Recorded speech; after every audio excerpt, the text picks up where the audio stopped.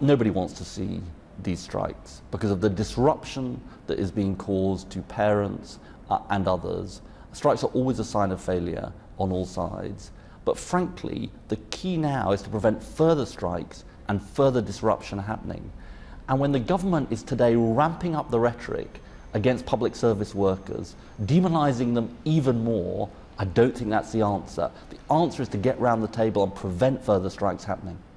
So I'm not clear, do you support the strikes or not? No, we don't support strikes because they are a sign of failure on all sides. But look, I think the government bears a share of responsibility for another reason too. They promised low-paid workers a £250 pay rise, and it didn't happen. They've demonised teachers, and I'm not going to demonise public sector workers. So when the government says, let's just go and condemn these people who are taking industrial action, I don't think that's the right thing to do, because I think you've got people who are deeply concerned about what is happening in their public services and about a government that just doesn't seem to engage with them.